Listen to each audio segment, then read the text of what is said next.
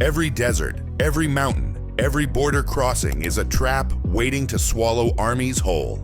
The skies above, patrolled by some of the deadliest fighter pilots alive. The ground below, laced with bunkers, radars, and missile shields that can light up the night sky in seconds. Israel isn't just a nation, it's a riddle, a military puzzle built from decades of survival. It has been attacked, besieged, and written off. But every time it didn't just endure, it struck back harder. By the end of this story, you'll see why this country doesn't just make invasions difficult, it makes them nearly impossible. Because Israel isn't designed to be conquered, it's designed to never fall. Pivotal 1. Geography as a weapon. For any invading army, Israel's landscape is a nightmare. To the south, scorching deserts that can fry tanks and stall convoys. To the north, jagged mountains that bleed the strength out of infantry. Along the coast, narrow plains perfect for ambushes. And everywhere else, terrain cut into choke points where defenders hold every advantage. Invaders dream of wide-open fields for mass assaults. But in Israel, every road twists into a trap. Every valley can be sealed. Every elevation point is a fortress waiting to rain fire down below. And then comes the size. Israel may look small on the map, but that's exactly its strength. Its troops can mobilize across the entire nation in hours, turning defense into a rapid strike machine. Invading here isn't marching forward. It's walking straight into a maze built to make you lose. But geography is only the first wall of defense. Pivotal 2. The fortress underground. What most people see of Israel's defenses is only the surface. The real fortress lies underground. Beneath the hills and cities, Israel has carved a hidden network of bunkers, reinforced bases, and missile-proof shelters buried deep in rock. These aren't just safe rooms. They're entire command centers capable of directing war even under heavy bombardment. Civilian neighborhoods hide shelters in basements. Military facilities are dug into mountains. Strategic stockpiles and communication lines run below the ground, shielded from satellites and missiles alike. This underground depth means Israel can keep fighting even when its skies are burning. You can strike the surface, but the brain of the defense machine keeps breathing below. It's not just protection, it's insurance that Israel can never be knocked out in one blow. And above ground, the skies are even deadlier.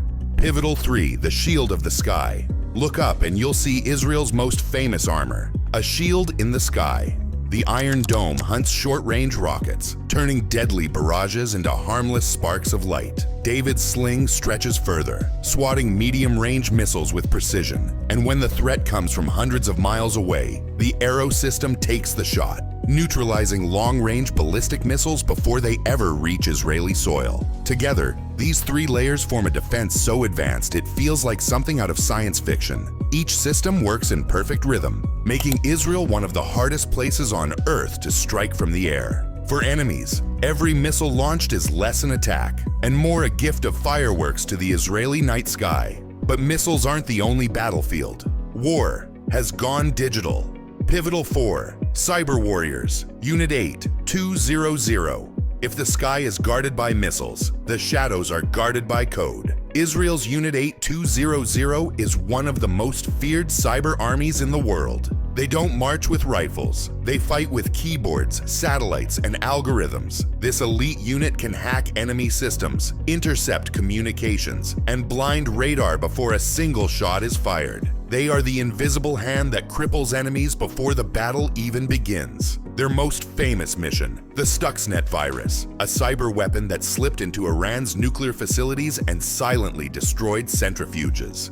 In Israel, the teacher, the shopkeeper, the taxi driver. Anyone might be a combat veteran who can mobilize in hours. Civil defense is just as strong. Shelters, reinforced buildings, national alert systems, and citywide drills mean the population itself is hardened against crisis. This isn't paranoia, it's preparation. And it turns every citizen into a link in the defense chain. But even superheroes need allies.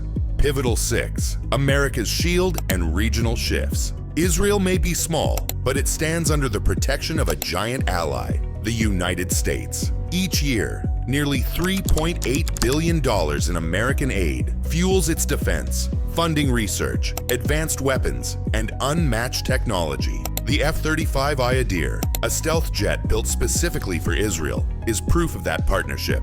Air dominance in Israeli colors. Joint drills sharpen skills, while intelligence sharing creates one of the world's strongest defense bonds. Meanwhile, the Abraham Accords turned old rivals into partners, expanding Israel's regional network. Allies give strength, but Israel's true shield is built on lessons from its past. Pivotal 7. History of survival. Israel's strength isn't just weapons, it's memory. In 1948, on the day it declared independence, Israel was attacked by multiple Arab armies. Against overwhelming odds, it survived. In 1967, surrounded once again, Israel launched the legendary Six-Day War. With Operation Focus, its air force struck first, destroying Egypt's planes on the ground before they could take off. In less than a week, Israel reshaped the map of the Middle East. In 1973, during the Yom Kippur War, Israel was caught off guard by a surprise invasion. But within days, it turned defense into counterattack, proving its doctrine: strike fast, strike hard, and never wait to be crushed.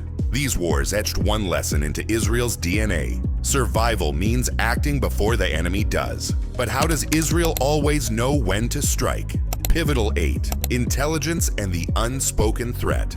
Israel's survival rests on information. Agencies like Mossad and Shin Bet strike before threats appear, foiling plots abroad and neutralizing enemies in silence. Layered early warning radars and satellites give Israel precious seconds to react, enough to save lives when missiles fall. Yet the greatest deterrent is one never spoken: nuclear ambiguity. Israel has never admitted or denied having nuclear weapons, but that silence alone makes enemies hesitate. With spies in the shadows, radars in the skies, and the fear of hidden weapons, one question lingers: can Israel ever be truly invaded? It's walking into a storm designed to break you, and looming above it all is the unspoken shadow: nuclear ambiguity.